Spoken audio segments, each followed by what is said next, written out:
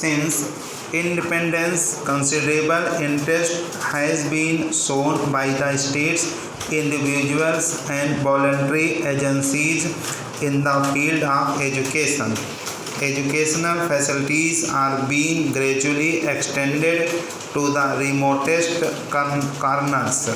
Burden of tuition fees is being sought to be lessened, especially for the weaker sections of our people. More attention is being given to education of girls and for providing technical, scientific, and professional instruction. Nevertheless, I must confess I am far from happy with the progress we have made or the direction our educational programs have taken. Equal opportunity in the full and true sense does not exist. Even though the government gives merit scholarship to the deserving children of low income group to enable them to take advantage of public school education, the portals of our best institutions have for all practical purposes remained the preserve of the affluent few. We have witnessed a proliferation of educational institutions, but the curriculum is more or less a legacy of the times of Lord Macaulay. We have spent much energy on issues of language and medium of instruction, and yet what has emerged is mostly clouds of controversy. We have not been able to evolve any system whereby our young boys and girls, after finishing their studies, can come out of their schools and colleges with any measure of self-confidence to face the realities of life and to undertake their responsibilities as responsible citizens and custodians of the future. Standards of discipline and physical fitness have also noticeably fallen. It is not too late to make a dispassionate reappraisal. The educational system has to be relevant to the society in which we live. Our children are the greatest asset of the nation.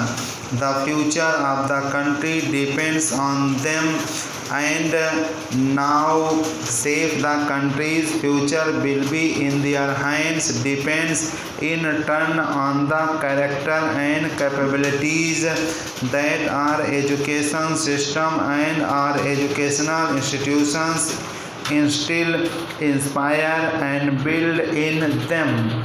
Towards this end, our educational pattern has to be restructured so as to meet the challenge of our times.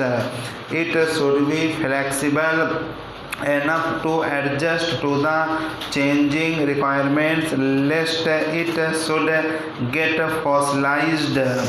We cannot afford to pursue old methods in the changed situation.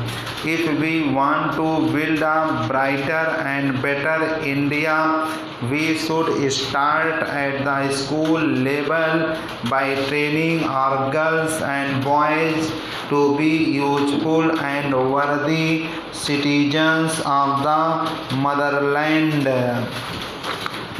There is need in our schools and colleges for greater attention to professional and job-oriented courses of instruction so that our children can look forward to the future with confidence and Hope may not be pained with uneasy feelings of uncertainty and frustration as comfort them today.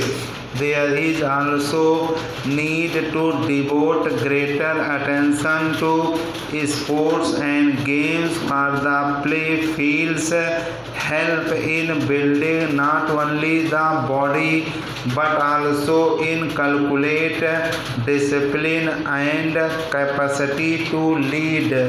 Our educational system needs to be so rearranged that while we instilling our young boys and girls ethical values and respect for religion, yet irrespective of the faith which they profess, they grow into good citizens with broad-minded, generous and Catholic attitude, treating all their fellow men as members of one large family without inhibition of class or creed or material fortunes.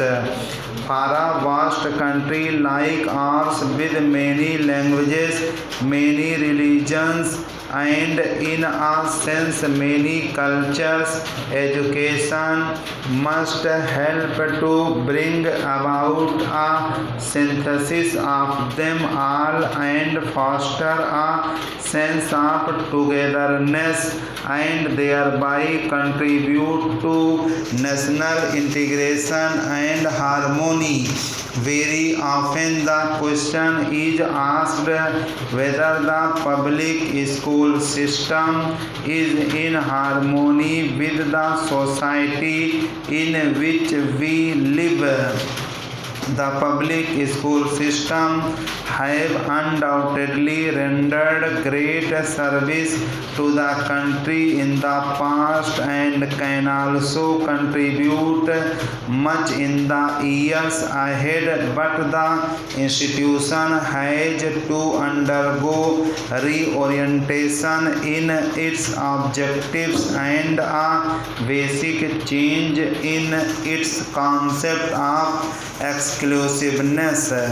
It has to be recognized that public schools have afforded the flowering of personality and building of character of its children, and many of our illustrious sons have been the products of such institutions.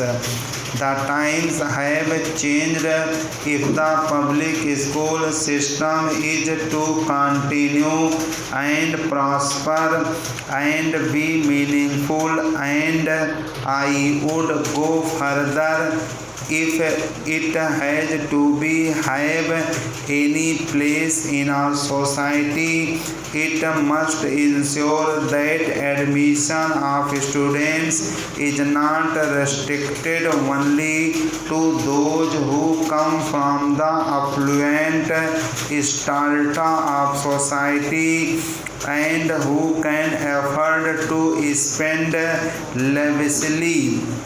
The intelligent and deserving students, irrespective of their social and financial status, must find an opportunity for admission to these institutions.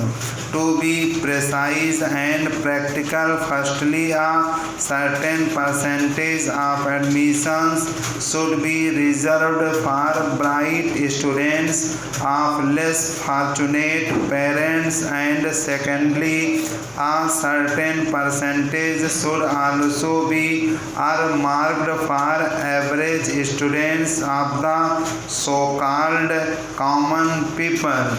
We have vast talent lying untapped in our sprawling rural backwaters, and this talent must be harnessed for the overall good of the country.